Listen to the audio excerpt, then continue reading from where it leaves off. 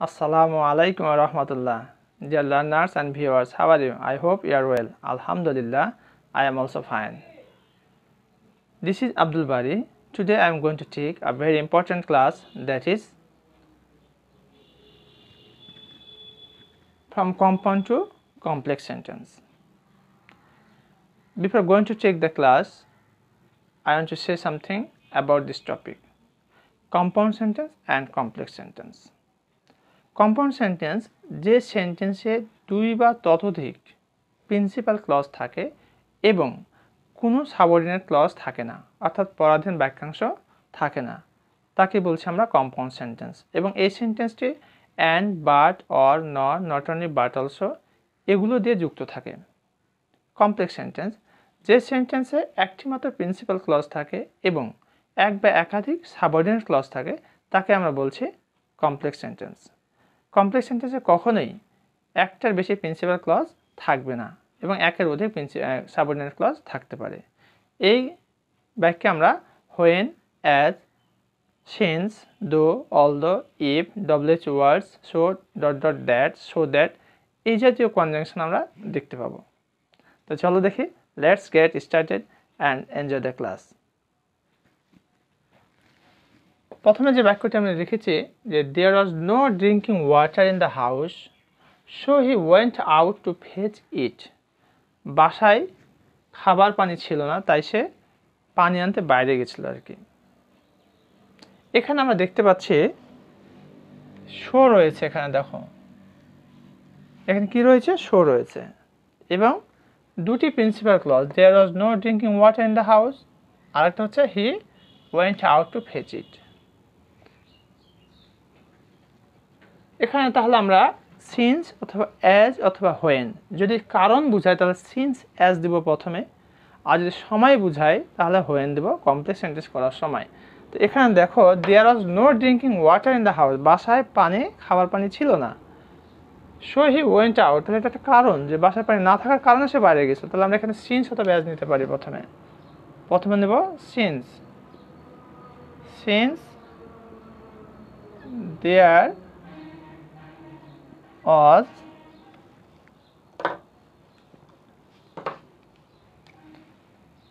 there was no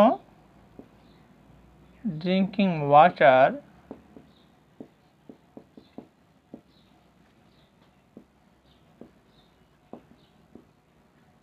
in the house,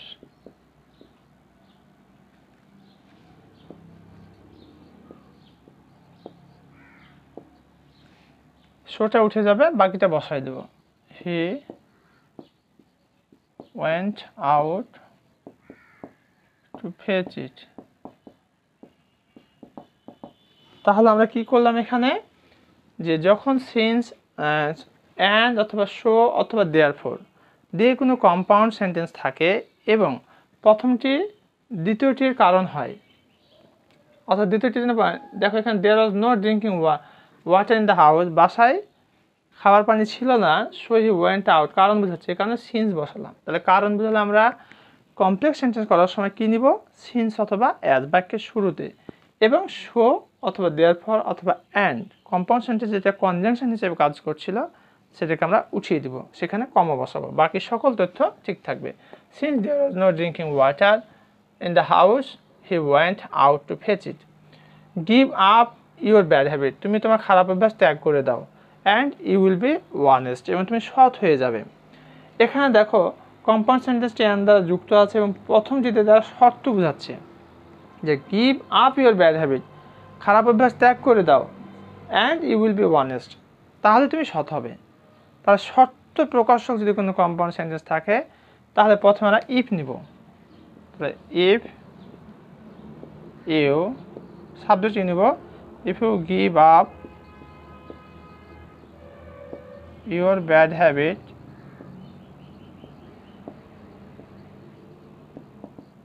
আর অ্যান্ডের পরিবর্তে আমরা কমা নেব। If you give up your bad habit you will B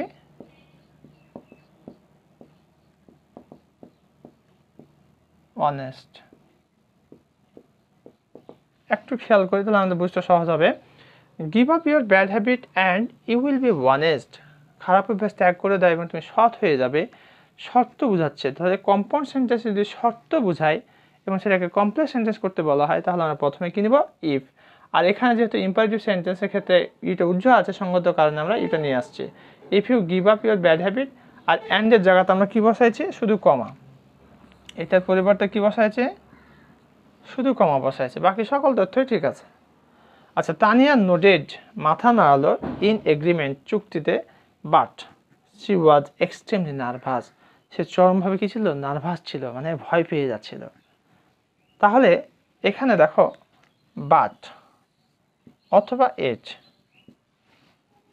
কোনো compound সেন্টেন্সে যদি বাট অথবা এট থাকে এবং সেটাকে কমপ্লেক্স করতে বলা হয়, ভেরি ইজি অ্যান্ড সিম্পল। কি করতে হবে? বাট অথবা এটকে উঠাই দিতে হবে এবং প্রথমে খালি দো বা অলদো বসাই দিতে হবে, যে কোনো একটা। তাহলে আমরা প্রথমে কি নিব? দো।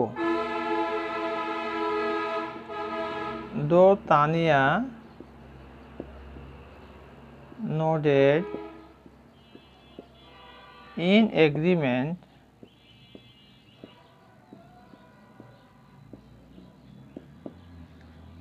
কমা দেব, এটার পরিবর্তে কি দেব? কমা, বাকি যা আছে বসে যাবে। She was extremely nervous, she was extremely nervous. একটু খেয়াল করো কত মজার এবং কত সহজ।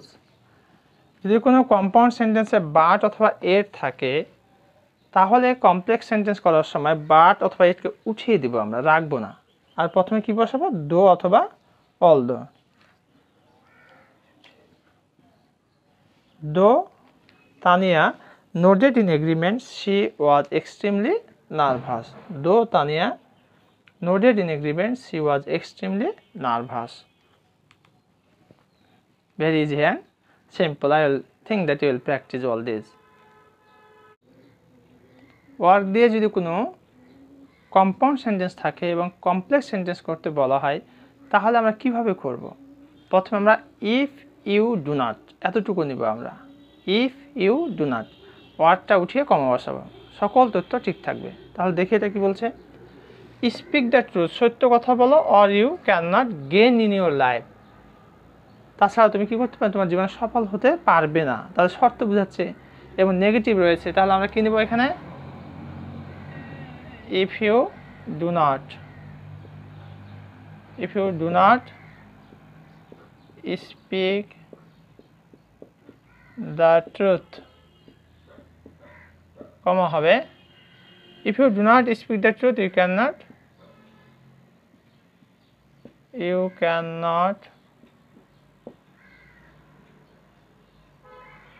gain in your life. Gain in your life. তাহলে ওয়ার্ড দিয়ে যখন কোনো কম্পাউন্ড সেন্টেন্স থাকবে এবং কমপ্লেক্স করতে বলা হবে, আমরা প্রথমে কি নিব? ইফ ইউ ডু নট, বাকি সকল তথ্য ঠিক থাকবে, খালি ওয়ার্ডটা উঠে গিয়ে কী বসাবো আমরা?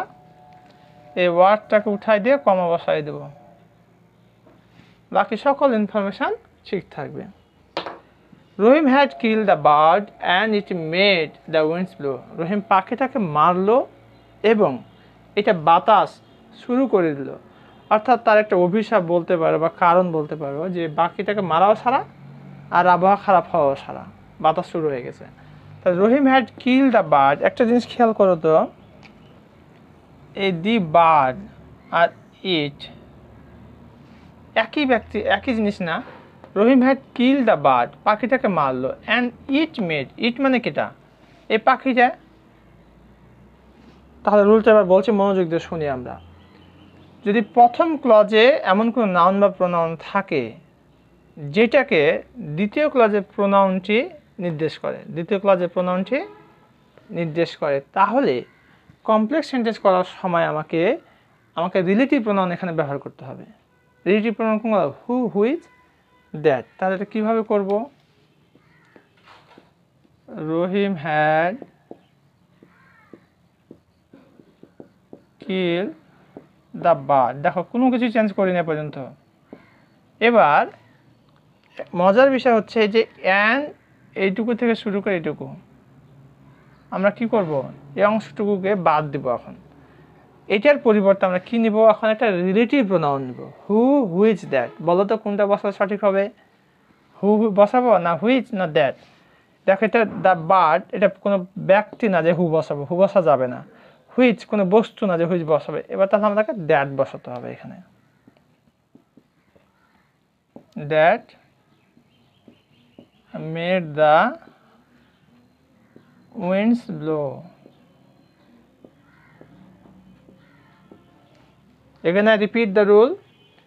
যদি প্রথম অ্যান্ড দ্বারা যুক্ত আছে এমন কোনো কম্পাউন্ড সেন্টেন্সে এমন কোনো নাউন রয়েছে যা দ্বিতীয় ক্লজে কোনো প্রোনাউন তাকে নির্দেশ করছে, এখানে যে প্রোনাউনটা রয়েছে একে নির্দেশ করছে অথবা একে এটা নির্দেশ করছে, অর্থাৎ একই জিনিস প্রোনাউন ব্যবহার করা হয়েছে এবং অ্যান্ড দেওয়া আছে, সেক্ষেত্রে আমরা কমপ্লেক্স করার সময় যে কাজটা করব, এটা বসাবো দেয় আমরা রিলেটিভ প্রোনাউন হুইচ দ্যাটের যে কোনো একটি এটাকে ফলো করে বসাবো যে কি মিন করছে। দ্য বার্ড প্রায় একটা প্রাণী, এখানে দ্যাট বসানো হয়েছে। এবার আমরা দেখি পরের রুলটি। Rajiv will succeed and I am sure of it. এখানে যে বিষয়টি রুলটা খেয়াল করবো আমরা, ইট অথবা দিস, ইট অথবা কি দিস। যদি কোনো কম্পাউন্ড সেন্টেন্স অ্যান্ড দ্বারা যুক্ত থাকে এবং দ্বিতীয় ক্লজে ইট অথবা দিস থাকে, যে ইট অথবা দিস প্রথম ক্লজ পুরোটাকে মিন করে। এই প্রথম ক্লজ এই ইটটা কি করছে, একে মিন করছে। দেখো খেয়াল করে, রাজীব উইল সাকসিড, রাজীব সফল হবে, and I am sure of ইট, এবং এটা সম্পর্কে আমি কি সচেতন বা আমি জানি বা নিশ্চিত। তাহলে এই ইটটা কাকে, পুরো ক্লজটাকে মিন করতেছে। তাহলে দ্বিতীয় অ্যান্ড দ্বারা যুক্ত আছে কম্পাউন্ড সেন্টেন্স এবং দ্বিতীয় ক্লজে ইট অথবা দিসের উপস্থিতি রয়েছে যেটা প্রথম ক্লজের পুরোটাকে মিন করে। পুরোটাকে যদি মিন করে এবং কমপ্লেক্স করতে বলা হয়, তাহলে আমাকে দ্বিতীয় ক্লজের সাবজেক্ট থেকে শুরু করে ভার্ব এবং প্রয়োজনীয় শব্দ আমাকে প্রথমে বসাতে হবে। তাহলে আই অ্যাম শিওর, আমি নিশ্চিত। এরপর আমরা দ্যাট নিব কনজাংশন হিসেবে। I am sure that, I am sure that, আমি নিশ্চিত যে রাজীব উইল সাকসিড।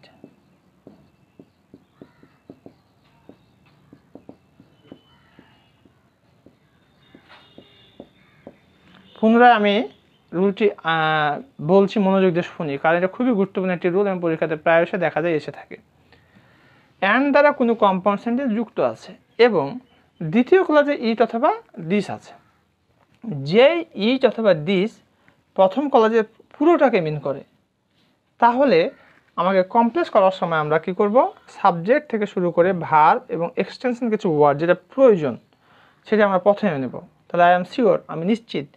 এরপরে দ্যাট বসাতে হবে, বসার পরে প্রথম ক্লজটা বসাই দিতে হবে, রাজীব উইল সাকসিড, হয়ে গেল। I am sure that Rajiv will succeed. এবার পরে দেখো, দ্য স্ট্রেঞ্জার স্পোক, আগন্তুক কথা বলেছিল, ভেরি স্ট্রেঞ্জি, খুব অবাক করে, অ্যান্ড উই স্টুড স্টিল, এবং আমরা এভাবে করে একেবারে স্তব্ধ হয়ে গেছিলাম, মানে এতটা অদ্ভুত কথা বলেছিল। এবার এখানে যদি ভেরি থাকে এবং কোনো কম্পাউন্ড সেন্টেন্সে যদি ভেরি থাকে, তাহলে এটাকে আমরা ভেরি এবং অ্যান্ড, ভেরি এবং অ্যান্ড, তাহলে এটাকে আমরা কিভাবে করে কমপ্লেক্স সেন্টেন্স করব। Very easy and simple, just follow. The stranger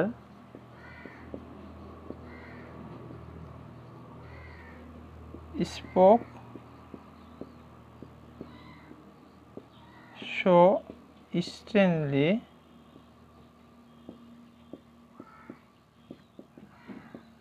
that we stood still.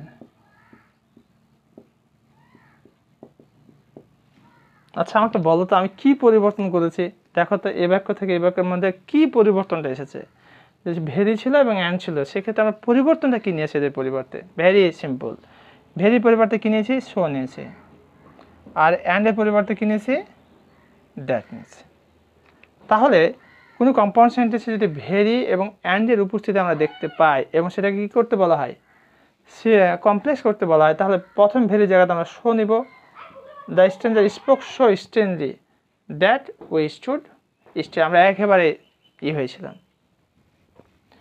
So dear learners, I have already discussed 7 rules from compound to complex sentence. I think that you have already understood all this. Still now, if you face any kind of problem, please comment, and inshallah next class I will solve all these problems. And what type of classes do you expect from me? Just comment and I will try my level best to give all those classes. And I hope that you are present in my class when I was checking, and still now you will support me, and day after tomorrow again I will take another class. So thank you very much for watching my video. Assalamu alaikum wa rahmatullah.